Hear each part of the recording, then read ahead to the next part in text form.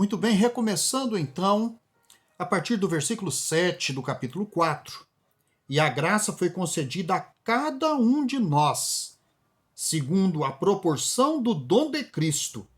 Por isso diz, quando ele subiu às alturas, levou o cativo o cativeiro e concedeu dons aos homens. Ora, que quer dizer subiu, senão que também havia descido às regiões inferiores da terra? Aquele que desceu é também o mesmo que subiu acima de todos os céus para encher todas as coisas.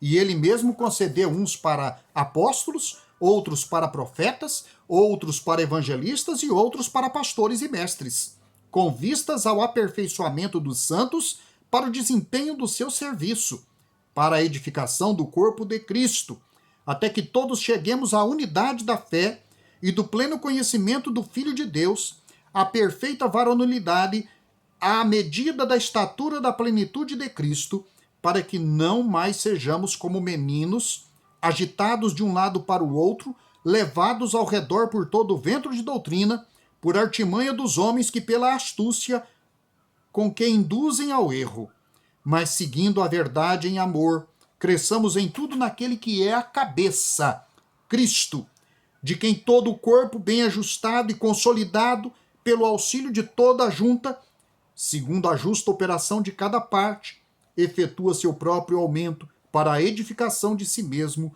em amor. A nova espiritualidade é um conjunto de dons, articulados, convergentes. A este conjunto, Paulo diz que são os dons dados ao mundo. Portanto, a nova espiritualidade é vivida e nutrida em comunhão na estrutura do corpo de Cristo. A vida cristã é uma vida de ajuda e edificação mútuas. A espiritualidade se concretiza na amizade e mutualidades internas da igreja. A nova espiritualidade, ao contrário e para além do legalismo judaico, não depende das instituições humanas, de partidos religiosos, de prescrições cerimoniais ou de lugares e templos. Isto vale para judeu e para gentio. O gentio, ele tinha também uma dependência excessiva dos lugares sagrados, das suas religiosidades, dos seus deuses, dos seus lugares santos, dos seus templos. Onde estiverem agora 2 ou 3 reunidos em nome de Jesus em culto, ali Jesus promete estar com eles. Não é mais, disse Jesus à mulher samaritana, nem aqui, nem em Jerusalém, o lugar de adoração. O Pai busca aqueles que o adoram em espírito e em verdade. Em Mateus 18, 20, quando Jesus diz aquelas palavras, onde estiverem 2 ou 3 reunidos em meu nome, ali estou eu no meio deles. Esse é o grande capítulo da eclesia como expressão do reino de Deus, o capítulo 18 de Mateus. Portanto, Jesus está dizendo que a igreja é a reunião e precisa estar em unidade. Nesta mutualidade dos dons, o critério de avaliar sua funcionalidade e autoridade está no seu desempenho didático diaconal. Versículo 12 afirma, com vistas ao aperfeiçoamento dos santos para o desempenho do seu serviço, ou seja, da sua diaconia, para a edificação do corpo de Cristo. Portanto, a edificação é o processo didático de ensinar. Na edificação da casa de Cristo. A edificação é para erguer a casa, o corpo de Cristo. É quase que literal isto. O grego diz oikodome, ou oikodome. É a casa do Senhor. Ela é o corpo do Cristo, de Cristo. É a edificação do corpo de Cristo. Ou seja, O corpo de Cristo é edificado na medida em que os crentes, os discípulos, são edificados nesta nova espiritualidade e neste conhecimento da palavra de Deus. Ou seja, a edificação é coletiva e não é apenas individual. O critério da didática dos dons não esgota-se na satisfação da alma particular, mas extrapola e preenche a alma comunitária, o todo. Este todo, que é a igreja, precisa ser edificado e precisa crescer. Não há lugar para egoísmos. O verso 13 diz: até que todos nós cheguemos à unidade da fé. O todo só responde positivamente se cada membro se mostrar com o seu dom aos demais. Ou seja, uns edificando os outros. Versículo 16. De quem todo o corpo, bem ajustado e consolidado pelo auxílio de toda junta, olha só, segundo a justa cooperação de cada parte, efetua o seu próprio aumento para edificação de si mesmo, em amor. Jesus concedeu ao corpo a potencialidade, a capacidade, a graça e a palavra para que o corpo seja edificado. O corpo não deve ter membros atrofiados. E a motivação está já dentro de cada um pelo seu dom que Cristo lhe concedeu na capacidade de cada um. Isso está no verso 7, no início desta perícope, onde ele diz: e a graça foi concedida a cada um de nós, segundo a proporção do dom de Cristo. Deus nos conhece e sabe o quanto vai conceder a cada um de nós, com o objetivo de que nós possamos ser úteis ao nosso irmão e à igreja. Lembre-se do tripé declarado em Efésios 3:6, onde Paulo afirma que os gentios são o quê? Eles são co-herdeiros. Que mais? Que eles são co-corpore.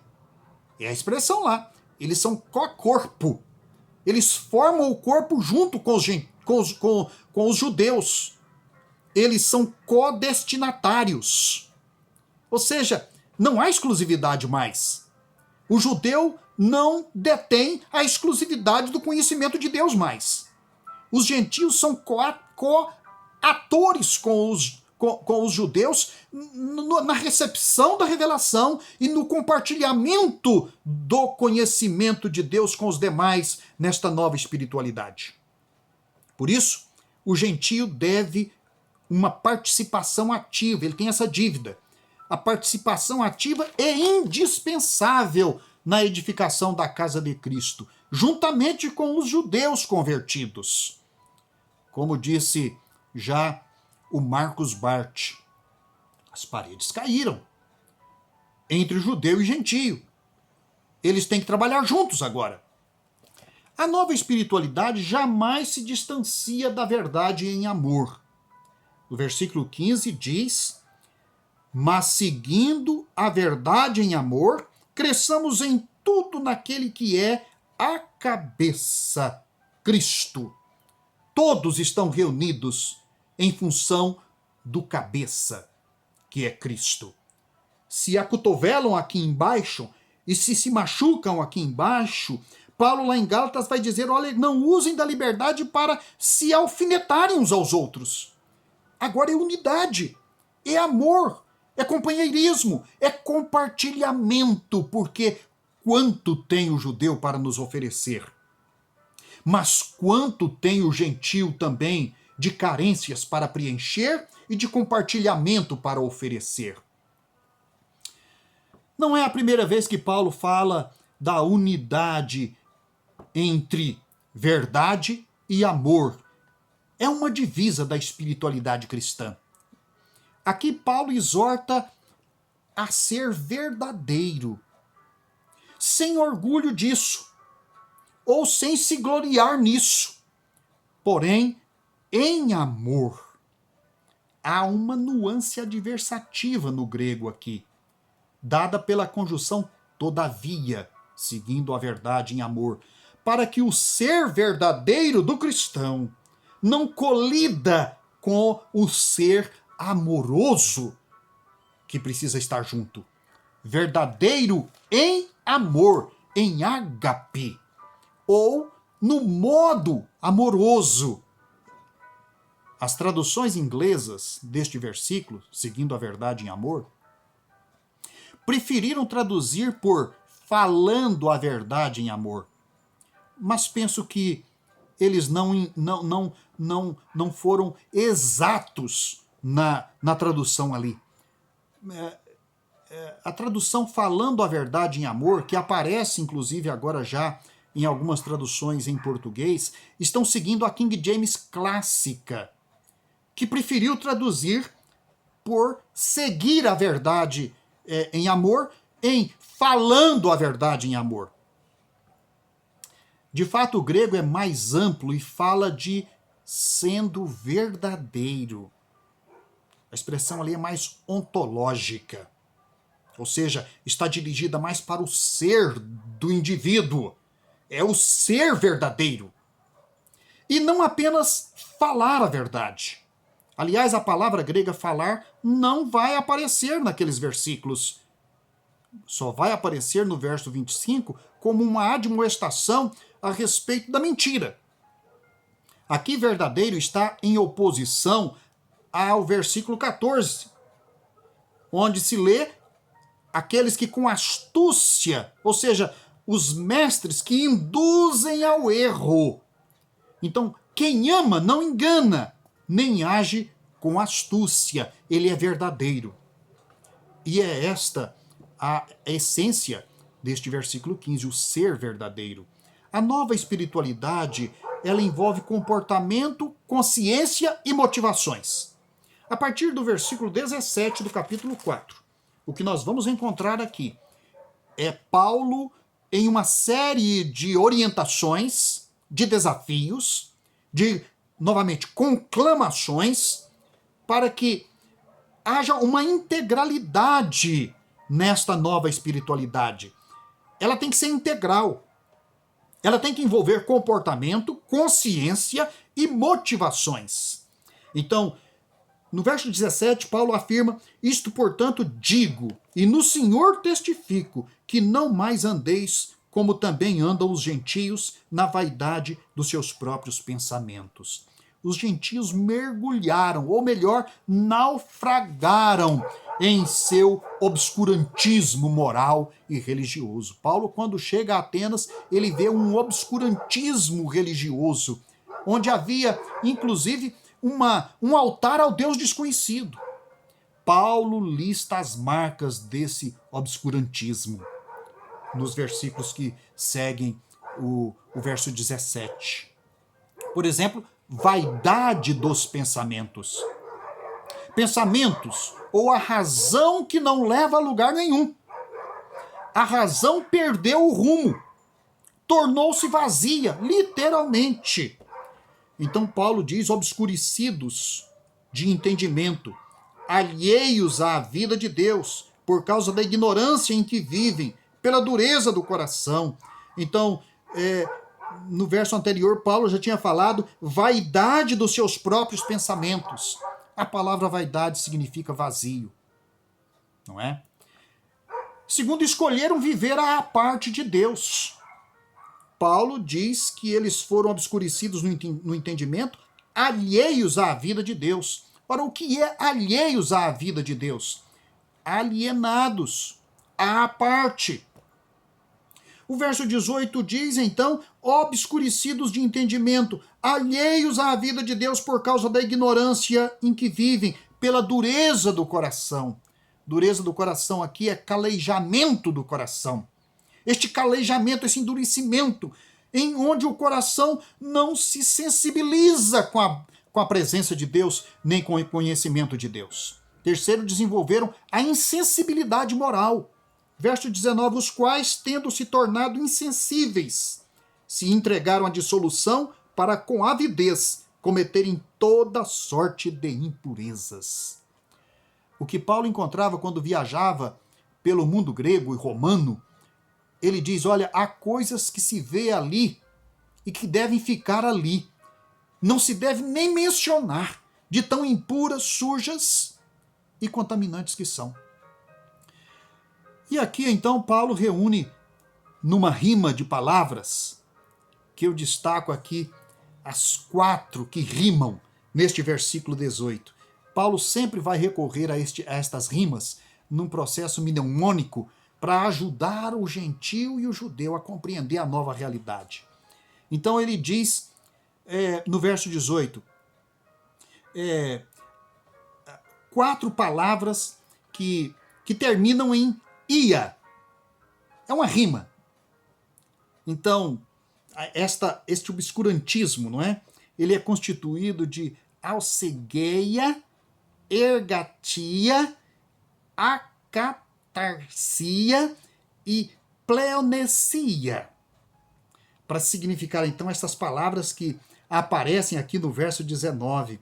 Se entregaram com toda a avidez, diz o apóstolo Paulo. Tornaram-se insensíveis, dissolutos, cometeram toda sorte de impurezas e eles se encheram disso. Parece aqui até uma nomenclatura de doenças do pecado da alma, expressas no comportamento humano. Então, de novo, Paulo coloca os gentios frente a frente com o seu passado e os desafia. Mas não foi assim que Cristo vos foi ensinado, diz o apóstolo Paulo. Aprender o evangelho de Cristo é aprender o Cristo, a Cristo. Não é uma mera doutrina que se coloca debaixo do travesseiro ou numa estante de livros. É a relação pessoal com Cristo. Por isso, a espiritualidade do cristão é um esforço de confronto com os hábitos formados na tradição do pecado e da vida alienada de Deus, alheios à vida de Deus, diz o apóstolo Paulo. Mas agora, Cristo nos traz a plenitude da vida de Deus. E no verso 21, Paulo vai dizer, se é que de fato tendes ouvido e nele fostes instruídos, segundo a verdade em Jesus, no sentido de que, quanto ao trato passado, vos despojeis do velho homem, que se corrompe segundo as concupiscências do engano, e vos renoveis no espírito e do vosso entendimento, e vos revistais do novo homem, criado segundo Deus, em justiça e retidão, procedentes da verdade. Ora, meus amados, esta espiritualidade, ela envolve um confronto de hábitos. A tradição do pecado formou hábitos reprováveis na vida de todas as pessoas. A nova espiritualidade, então, tem que remover estes hábitos. Agora, Cristo nos traz a plenitude da vida de Deus em nós. Se é que de fato tendes ouvido, e nele fostes instruídos de acordo com a verdade em Jesus. Jesus em nós é o rompimento certo com o passado e a rejeição constante do pecado na hora da tentação.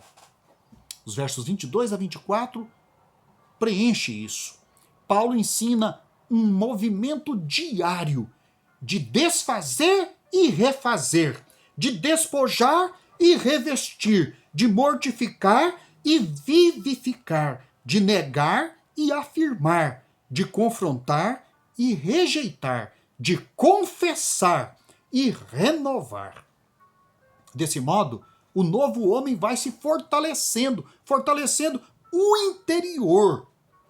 Ele aprende a beleza de Cristo em justiça e retidão, em conformidade com a verdade. Versículos 23 e 24, vos renoveis no espírito do vosso entendimento. Paulo novamente rima 3 palavras aqui, nesta referência ao crente e neste processo dinâmico que aqui ele ensina. É o despir, o revestir e o renovar. As palavras terminam em ai também. Apotestai, aneneustai, endusastai. Este processo para dizer a ele, olha, cada dia vocês devem depor o velho, vocês devem repor o novo e vocês devem se revestir da nova criação.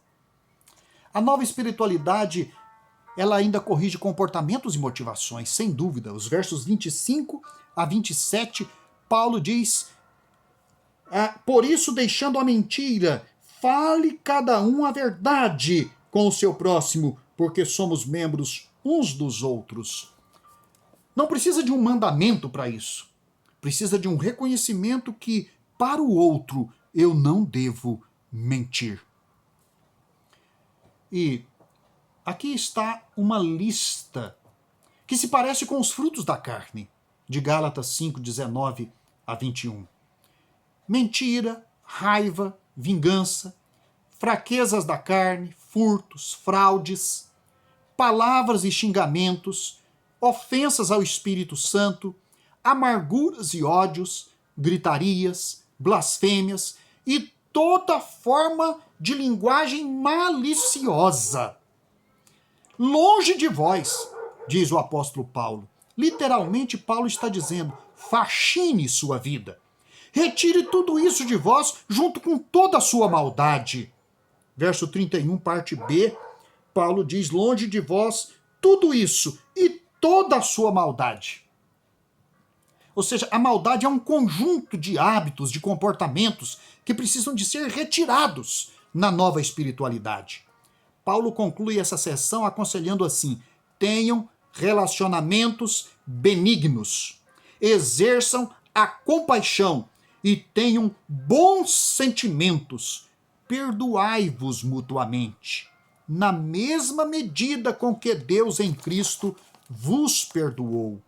O perdão é a expressão mais eficaz da convivência e da nova espiritualidade cristã. O perdão é a verdadeira imitação de Deus. A verdadeira imitação de Cristo. Imitar a Deus, imitar a Cristo, como o filho imita os pais. Não somos adotados na nova família? Não somos filhos adotivos do Pai? Pois é, como o filho neste mundo, em nossas famílias, imita os seus pais, para ser semelhante a eles. Assim o cristão, o filho adotivo do Pai eterno, imita a Deus em Cristo no poder do Espírito Santo, em sua nova vida na igreja. Que maravilha! Esta nova espiritualidade, esta nova forma de ser. O imperativo vale igualmente para judeus e gentios. Judeus e gentios. Imitar a Deus não é absolutamente ser Deus, ou estar em lugar de Deus, ou ocupar o trono de Deus, ou se auto-reger, de modo nenhum. Mas, estritamente falando, é agir para com o irmão, como Deus agiu para conosco, em Cristo, seu Filho, no perdão e no amor. Esta é a nova espiritualidade. O verso 32, então, termina o capítulo 4 dizendo, antes, sede uns para com os outros, benignos, compassivos, perdoando-vos uns aos outros, como Deus, em Cristo, vos perdoou. E aqui, para concluir, Paulo recorre à rima de novo, novamente para mostrar as qualidades motivadoras da nova espiritualidade. As três palavras que ele usa na rima aqui são as palavras para benevolente ou edificante, ternos, cheios de um coração compadecido, e 3, graciosos ou dadivosos. Tudo na mesma medida em que recebemos de Deus Pai em Cristo, porque Paulo diz, ele vos perdoou. Que Deus abençoe a sua vida.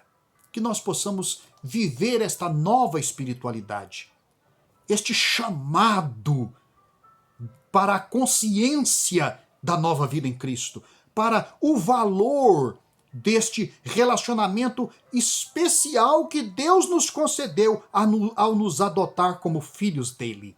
Portanto, nos comportemos, vivamos, andemos segundo este novo, esta nova condição, este novo patamar de existência que o Senhor nos concedeu. Deus abençoe a sua vida. E agora, se puder, inscreva-se no nosso canal. Deixe ali a sua sugestão, faça o seu comentário para que possamos aperfeiçoar o trabalho que estamos tentando realizar para o nosso Deus e para a glória de Deus. Deus abençoe a sua vida, de sua família e sua igreja.